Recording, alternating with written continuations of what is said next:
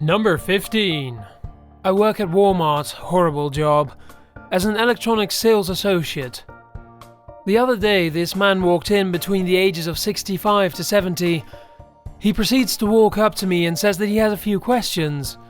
I tell him I'll answer his questions to the best of my ability. He walks me over to the external hard drive aisle and asks me if he can put pornography on this device. So instantly, I'm like, what the hell? I'm trying to contain myself from not laughing, because it's the strangest question a customer has ever asked me. So I act professional as I can, and proceed to answer him, telling him it was capable of holding any files he pleases to put on it. He then asks me if he can put about 1,000 hours of porn on one of them. Again, I'm trying not to laugh. I then told him his best bet would be a 2 terabyte external hard drive. For the next half an hour, he's still asking me questions until he guides me over to the laptop aisle. This is where I almost lose it. He says he has about 1,500 DVDs worth of porn that he wishes to play on a netbook he wishes to purchase. I stood there for a few seconds asking myself, what could someone possibly be doing with 1,500 DVDs of porn? How does someone even have that much time to download that many files? I start telling him that he would need an external disk drive to play the DVDs on the netbook, since it doesn't contain an optical drive. He then thanks me for the help and walks away and exits the store. And here I am wondering if the guy was just screwing with me or not. Once the guy left, I told one of my co-workers what the fuck just happened, and we both burst into laughter. Gotta love working at Walmart, where the weirdest people go. Number 14. This was roughly in August of 2007, before my unfortunate anniversary, and in the heat, there was a bit of a buzz in the air. Probably just the story model team, to be honest. Suddenly, and to my surprise, a rather rare request comes through. Which is your most expensive television? Yeah, I sell phones, but nobody's buying. Right this way, ma'am. So we chit-chat for maybe 5 minutes, and she picks the 52-inch projection high-definition TV. Even though it's merely a projection TV, this is one heavy, unwieldy son of a bitch. I head to the back for a pallet jack and a box TV. I head to the register, begin to cash her out, and I ask, so, is your vehicle large enough to hold this? Oh, I'm not taking it home. We're just gonna return this up front as soon as we're done here. Well, you're a bitch, aren't you? I digress, yet again.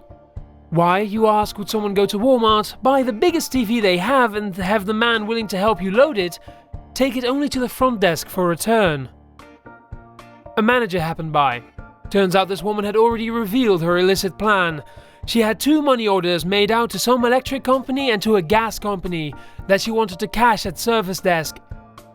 Due to money laundering concerns, Walmart doesn't just hand over $1,800 for money orders written for bills.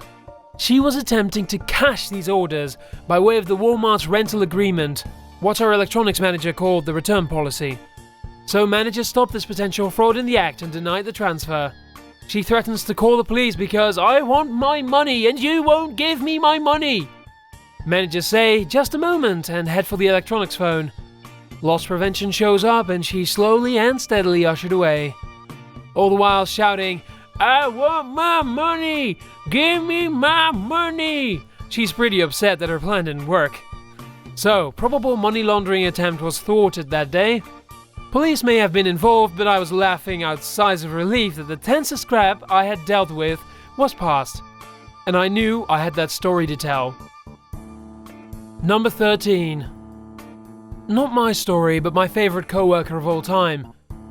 Jason told me that one time he was helping a customer take a television, CRT type, out to her vehicle. He and another employee had put the TV in and pushed it up as far as it would go. The customer reached up and tried to shut the hatch. It bounced and started to open again. The customer reached up and tried again. By this time, the customer's husband was at the vehicle and suggested that maybe she try moving the TV before trying to shut the hatch again. Rather than heed his advice, the woman gave the hatch a mighty heave and the rear window exploded into innumerable pieces. The man looked at it and said, "Well, it's in there now." My friend covered his mouth and booked towards the store. He said he had never laughed so hard about someone else's misfortune in his life. Number 12. I was bagging groceries last night when a lady came through with a baby in a car seat in the basket of her cart. She had a lot of groceries that I'm assuming she'd had under and around the car seat. So when I bagged them, I was putting them back, under and around the car seat. I wasn't sure where else to put them if not there, right? It's not like I could put them on top of the baby, right? Well, as I'm placing stuff carefully under the baby's mum says, "Oh, hon, you can just put some of this stuff on top of him," and pats the canopy. The phrase, "But ma'am, that's a baby," almost escapes me, but I choke it down, nod, and continue putting stuff under the baby, under the cart, in the seat of the cart, etc.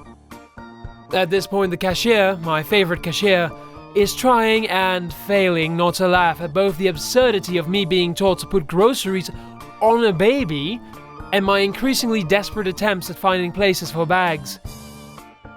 I got all but a bag of chips squared away, and there was just no more room. So as they walked away, I set the bag of chips on top of the car seat, turned back to the cashier and whispered in horror, "I put the chips on the baby." Which I believe is the most absurd thing I've said on the job so far. Number 11. I work at a big box retailer in the US. One that is really flexible with its policies on such things as hair color and tattoos. Which is great since I've got some decently sized tattoos on my arms. Now, keep in mind that I live in Northeast Florida, which is very stereotypically southern in attitude. So, to live in this sort of area and to be female with a few tattoos is open season for snide remarks, which tends to get a whatever you do you sort of reaction from myself. But it gets better. I have bright purple hair. I love it and all of my coworkers love it, which is great. I tend to get a few compliments from sweet older ladies, which I find adorable. But not this guy. He comes through my line and throws his things up onto my belt without a second look, as he's engrossed in his cell phone. I chirp at him some greeting with my best retail voice, and he finally looks up from his phone. He gives me a quick look over and gives me a glare. "So I can only assume you're a meth." I laugh as I'm totally floored by this accusation, and I can't believe what I'm hearing. I finish picking up my jaw up off the floor and shake my head. "No, not at all. Why would you even ask that?" "Well, people who aren't on drugs don't have that hair color for one, and secondly, only people who are on drugs have such visible tattoos. I mean, really, how did you even get a job here? Don't they drug test?" I've never touched a hard drug in my life. Well, I don't believe that for a second. You should be ashamed of yourself, coming around here looking like that. Why don't you go back to where you came from and take your druggy friends with you? Now, I've lived here all of my life, and there's a bit of a drug problem in a large transient population. It's always been that way, and it's not likely to change anytime soon. Sir, like I've said, I've never used any sort of drugs like that. Your total comes up to such and such number. I'm going to be using my card since I don't trust giving you any money. See, I know about you people on meth. Blue meth is like the best meth, right? I know about it, I saw it on TV. Did he just talk about Breaking Bad as if it was a documentary? I'm now laughing on the inside because he's got to be screwing with me, right? He slides his card through the reader and shakes his head again. Well, now that I know that this retailer doesn't drug test, I'm never coming here again. Who knows what could be in the things here? I'm going to be calling corporate about this store. This store has gone downhill so fast. I hand him his receipt and his items, and he practically runs out of the store. I turn to the lady behind him and shrug at her, completely dumbfounded. She looks at me, then to my hair, then to the back of the guy, who still isn't out of the store yet. She shakes her head, laughs, and says something about, "If you can't say something nice." After I tell my supervisor about the whole incident afterwards, she laughs it off and says that if she happens to hear anything from corporate, she'll be the first to let me know. In the meantime, my co-workers have been dropping Breaking Bad references for the past 2 weeks. Number 10. We have 3 sets of self-checkouts at our store. The slow, the busy, and the dead. I was supervising the busy set, and they were busy that night, when a guy wheeled up a massive cart full of groceries. I took a second to greet him and scan his case of water and a bag of dog food so he wouldn't have to lift them, and then I went back to driving myself crazy trying to babysit 6 machines. The guy was there for maybe 5 to 10 minutes, scanning and bagging, and a couple of times I helped him by having him put some of the bagged groceries in the cart and clearing the weight difference when he ran out of room in the bagging area. When he finally finished scanning and paying, he looked at me and scowled. "Thanks so much for all your help." As he walks away muttering, he says, "You're standing there while I do all the work." Like, my dude, did you see me running from customer to customer trying to help 6 people at once? I'm running 6 registers right now. I don't have time to hold your hand like in a regular checkout lane. If you want someone to hold your hand, there's a checkout lane 5 feet to the left of here where we will literally do everything for you. Someone will even unload your cart onto the belt and take it to your car for you. You came to self-checkout. Number 9. I'm a 3rd shift cashier at a large chain big box store in a rural area. Not long ago, we had a rash of counterfeit money coming through our area. Our own store had at least 2 counterfeit bills slip past cashiers, and one even got past our accounting office to make it back into the next day's new register bags that we used to set up our drawers. We've been getting hit with small bills, including counterfeit 10s and 5s. Although the plague of counterfeits seems to have passed now, I have always checked every bill bigger than $1 that is handed to me. As I've caught one bill that was resistant to the checking markers, I hold the bill up towards the light as I count them, eyeballing them, as my eye is much better and faster at catching fakes than the markers. I've gotten so I can usually do this very quickly. Now, a few weeks ago, I had a particularly grouchy customer. We'll call her Grouchy Woman. Now, Grouchy Woman wasn't overtly hostile. She was quiet, passive, and gave off a vibe of being thoroughly displeased at having to be at our store or put up with us lowly retail employees. She expressed passive irritation at the way I did things by scowling or by how she grabbed her bags. But she didn't say anything while I was checking her merchandise, so I ignored her huffs. Finally, it came time to tender the transaction. She paid with a card, no problem. She selected cashback, still no problem. Would you like that back in 20s or broken up? Just $20. I count out her money and hand it to her, thinking she would be on her way. Instead, she holds it up to the light as I often do, looking at the bills closely. I don't mind this in the slightest, as counterfeits have gotten past our cashiers before and I wouldn't blame customers for being cautious. When I receive money back as a customer, I will always double count it and check it. You always do this when I give you money, so now I'm doing it. I smile politely at her. Well, I don't blame you. We have had several counterfeits come through recently and you can never be... She cuts me off. None of the other cashiers do it. I should call corporate on you. Then she quickly grabs her cart and goes. It takes me a few minutes to process what she said as it was completely out of the blue. As it dawns on me what she threatened to do, I just had to stifle a laugh. I wanted to say, yes, please call corporate. And tell them that I'm the only cashier doing my job and protecting their assets right after we got hit with a wave of counterfeits. I would love if you did that. But she was already gone. Number 8. Tom is a cashier at a well-known grocery franchise. It was kind of a slow day, which was rare at this particular store. I rang up this older lady, she'll be Lady A, who had maybe 4 to 5 small items. So I finished her transaction and handed her her change. She moved to the end of my register to put her change away and look for her car keys. No big deal. The next woman had 13 items, all of which were bags of chips and some soda. I quickly rang her up, handed her her receipt, and sent her on her way, happy there was no line behind her for a minute. Lady A, who was still standing at the end of my register, comes up to me and says, "Excuse me, but that woman who you just rang up had 13 items. This is a 12 items or less line." Okay, it isn't a big deal. There's no line and she's taken care of. I don't believe you understand. This is a 12 items or less line, and that woman had 13 items. You're both wrong. I'm sorry, I didn't keep you or anyone else waiting. Your transaction was complete, so I don't see the big deal. Well, you're wrong. And I'm going to the customer service desk about this. And she stormed off, complained that I took someone with 13 items after her transaction was over, might I add, on the 12 items or less line, suggested I be suspended for not following rules, gave me a dirty look, and left. Both my manager and I laughed. Oh man, I love retail customers. Number 7. A few months ago, when I worked as a cashier, a woman placed 2 large pots on the conveyor belt and told me to check the price of each pot. So I checked the first pot and it comes up $12. I checked the next pot and it comes up $18. Then, in the rudest voice imaginable, she said, "Why is that one $18? That shouldn't be $18 if the other pot is $12. That's ridiculous. I'm not paying that. They're literally the same item. No, change it. I'm not paying $18 for the same item." Now, I didn't interject during her little outburst.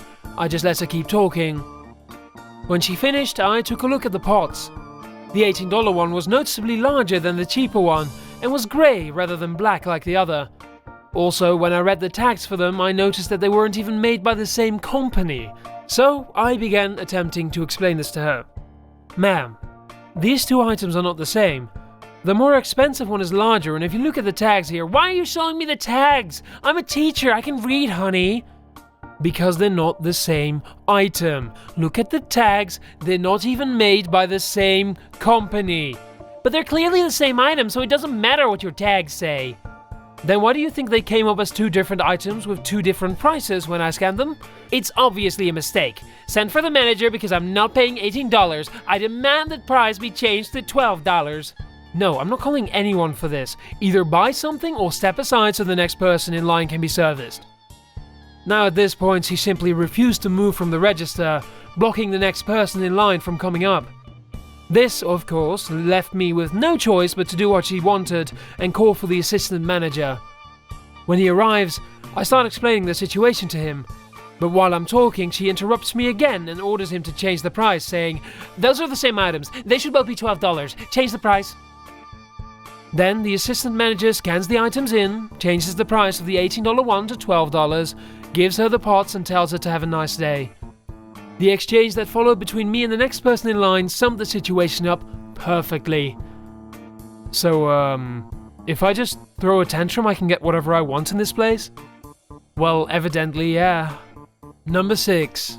Yesterday I had the most confusing experience of my retail life so far. I still haven't figured out what the hell happened. I work in a grocery store, and I just about finished serving this woman, with another customer behind her in line with all her stuff on the conveyor belt, when this man just walked up and stood with my customer by the register. He waited until I finished up bagging the last of her stuff, and then held his card out. "Before I put through your payment, do you have a rewards card?" "My wife has it." I turn to the woman and she passes me over her rewards card. As I'm scanning it, I hear her say, "Oh, I didn't know you could do 2 at once." Now I don't understand what she means, and I'm assuming she's just talking to her husband. "Any cash out?" $200, please." I add the cash out to the grocery total. "Ready when you are." The man swipes his card, pays, and I hand him over the cash. The minute he takes it, he turns around and walks out of the store. I turn around back to the lady, only to notice she has a handful of cash. "You're all done." "But I haven't paid yet." "Oh, your husband just paid." I've never seen that man before in my life. That's why I said I didn't realize you could do 2 at once. I thought you were running both our transactions at the same time. What? Oh my god, that man just paid $180 for her shopping on top of the $200 cash out he got. I turn around, searching desperately for him, but he's long gone. The woman had no clue what to do. I had no clue what to do. I called my supervisor and she had no clue what to do. And I called the manager and the manager had no clue what to do. There's no protocol for this. In the end, they took the woman over to another register and rescanned all her groceries so she could A, pay for them, and B, so we'd know how much they were as the man walked off with a receipt, and we would need to know how much to refund him if he came back. Thankfully, the woman was completely understanding, more amused and baffled than anything else. I still have no clue what happened to the man. if he had Alzheimer's or something, or if he just thought he was cutting in line to withdraw money, in which case he kinda deserves this really. But I hope to God I'm not in the store when he comes back, because I'm kind of terrified of when he figures out what happened. Number 5. Once upon a time, many years ago, I used to work at a big box store. I was a cashier and dealt with all sorts of nonsense, but this is my favorite customer interaction. A dad and his son, about 4-ish, comes through my line holding a Woody from Toy Story doll. "Hey gentlemen, how are you? That's an awesome Woody you have there." "We're great, thanks. We're just here to do the Binky trade-in." He winks at me with a "please play along" look. "Oh, that's so exciting! It's been a while since I've done one. Can you remind me?" "When you're done with your Binkies, you trade them for a big boy toy." As he says this, he proudly gestures with a plastic baggie of pacifiers. "Wow, you're big enough to trade them in already? This is a really great big boy toy to trade for. Can I see both of those so I can do the trade in the computer?" I grab the doll and the baggies, scanning both, and hand the doll back to the little boy. "Okay, buddy, I just have to slide my card so they know I think you're a big enough boy to do the trade." "I'm gonna miss my Binky, but I have to be a big boy now." He looks at the baggies, but hugs his doll closer. His dad quickly pays and whispers that I can toss the baggie as soon as they're gone. "You're a big boy. Thank you for doing the switch with me today. Enjoy your new toy." "Thank you." It was a magical experience to watch that little boy grow up in such a quick exchange.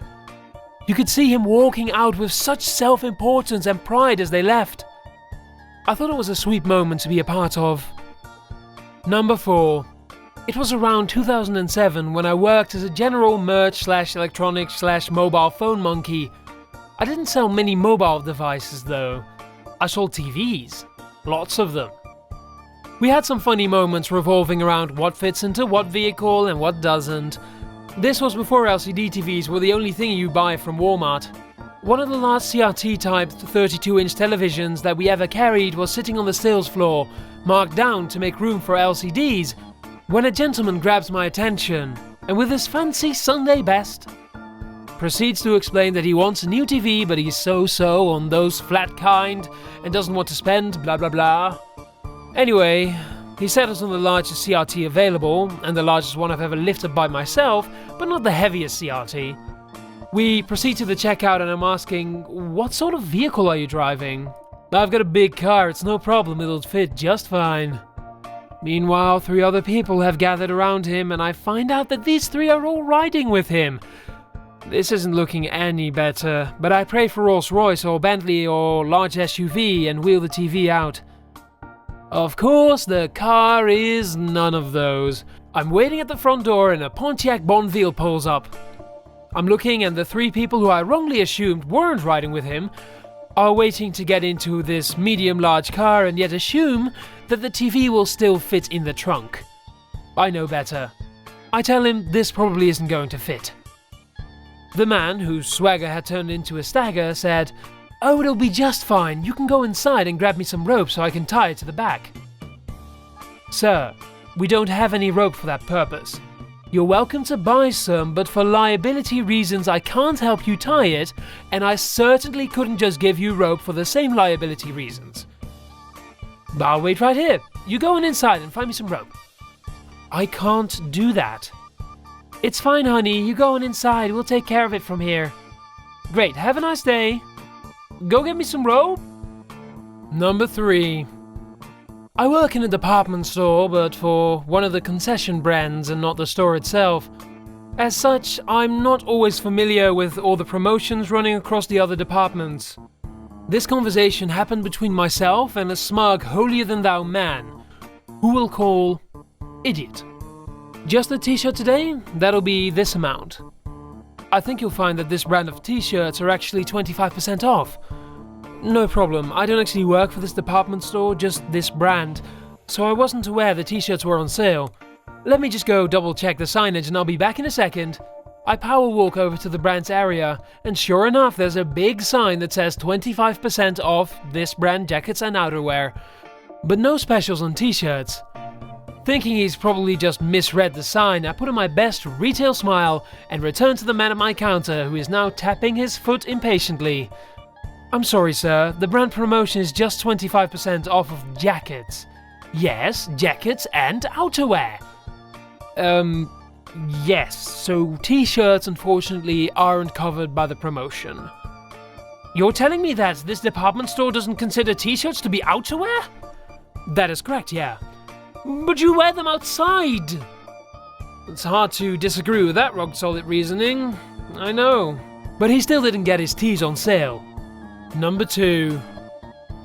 I helped a lady, well, no, I didn't really provide any assistance aside from maybe you should check with the manufacturer instead of opening then returning 5 laptops that work fine.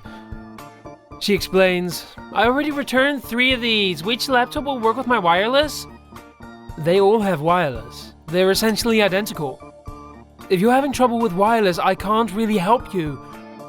But returning laptops likely won't fix what's broken.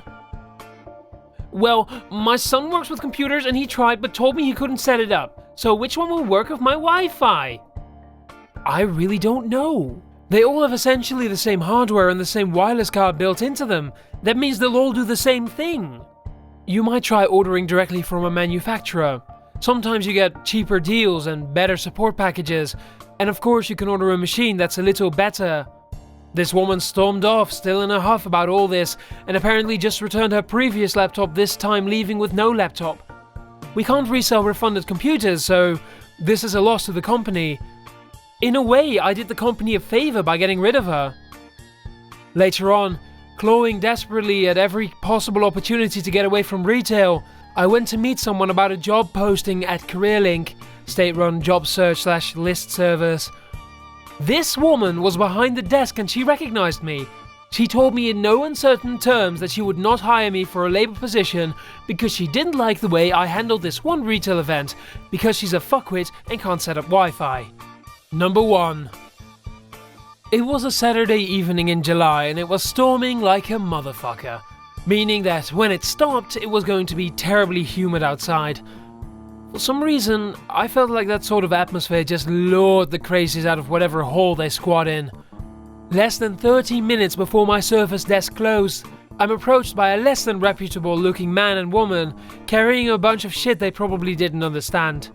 A brand new Blu-ray player, this was 2009, they still weren't that cheap, a huge spindle of blank Blu-ray discs, and several high-end HDMI cables. Apparently I hadn't met my quota of bullshit for the day, and these people were gonna get me over the line. Hey guys, what can I do for you? Yeah, my dad bought these and we want to bring them back. The dude lays out everything on the counter with a receipt. I'm kinda shocked. That was a shit ton of stuff to lift from the store, but I've seen more outlandish things happen. Maybe they were legit after all. They tell me nothing is broken or even opened. I start doing the return like normal, everything checks out, receipt is legit, boxes are still sealed, store number is okay, date is whammo. Shit had been bought from our store no more than 5 minutes earlier. And was it purchased with a card? Sure was. These assholes had used a stolen Visa to buy crap from the electronics department so they could come to the service desk and try to return it for cash.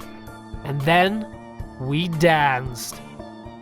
Okay guys, we gotta get back $328 on the Visa that it was purchased with. It should take about... No, we want cash. Alright sir, I'll have to get a manager to approve that. We'll need to see the card it was purchased with and a driver's license. They started to squirm. Well, my dad bought the stuff and he's out in the car. He's very sick and he can't come in. Now these people were in their late 40s. By the way, meaning dude's dad has to be pushing 70. What 70-year-old have you ever met who has any fucking business with 100 blank Blu-ray discs? I'm 26 and I can't figure out which TV channel my PS3 needs to be on half the time. I'm sorry to hear about that, sir, but without the card and his ID, there's nothing I can do other than refunding the amount to the card. They started to get loud. No, this is stupid, we just want the cash. Well, tell him, baby. This exchange went on for a bit, with me repeating the same information, this douche nozzle practically screaming for cash, and his rodeo queen giving him moral support. My manager had made his way over at this point and stood perched off to the side watching the show. When they realized I wasn't budging, they made a bold move and called the dad in. I was stoked to get to meet Big Sick and Nasty in the flesh. Another guy comes in, getting around quite well, I must say. He storms up to the counter and screams in my face, "I just want my goddamn cash, why are you doing this to me?" Now this is when I had to decide between appealing to their sympathies for me as the lowly retail worker, or letting them know that I knew what the fuck was going on and they could all eat shit. I chose the former, because a far more epic idea popped into my head. Guys, if it were up to me, I'd help you out. But if I were to give you that much cash without an ID, I'd be fired in a heartbeat. If you come across the ID, you can bring the stuff back here, or, pay attention to this next part, take it to our other store across town. Until then, I can only put it back on the card. The seed had been planted. Now, we weren't letting up, but maybe the other store was a bit more lax. They said they understood, picked up the stuff, and scurried out the way. I turned to my manager, who simply looked at me, smiled, and said, "Make the call." "Hey guys, it's me from the store across town. Yeah, just giving you a heads up, I just had a few people come in trying to return this, that, and that, and we're quite certain they used a stolen credit card. They're probably heading your way, I'm sure you'll know what to do." Now my curiosity was outrageous, like wanting to see Kathy Bates nude in About Schmidt, just to say that I had. As soon as my shift ended, I jumped in my car and bolted over to the other store. As I'm walking in, I see these three criminal masterminds trudging through the parking lot, releasing an onslaught of fuck that's and pieces of shits. Fortunately, they were so blind with rage that they didn't recognize this particular piece of shit pass by them. Otherwise, I'd say this story would have a far worse ending. I go inside and head over to the service desk. Sure enough, all their shit is sitting behind the counter. Cool guy from this store, who I'd only known through the phone, gave me this massive shit-eating grin when he sees my name badge. We were like the service desk equivalent of John McClane and Sergeant Isle Powell. They came in and tried the same shit at this store. When the CSA wouldn't give in, they relented and had the money put back on the card. Justice, bitch. I went home that night and drank about 14 Busch Lights. Because fuck people. What did we learn here? Blu-ray is the ultimate home entertainment experience.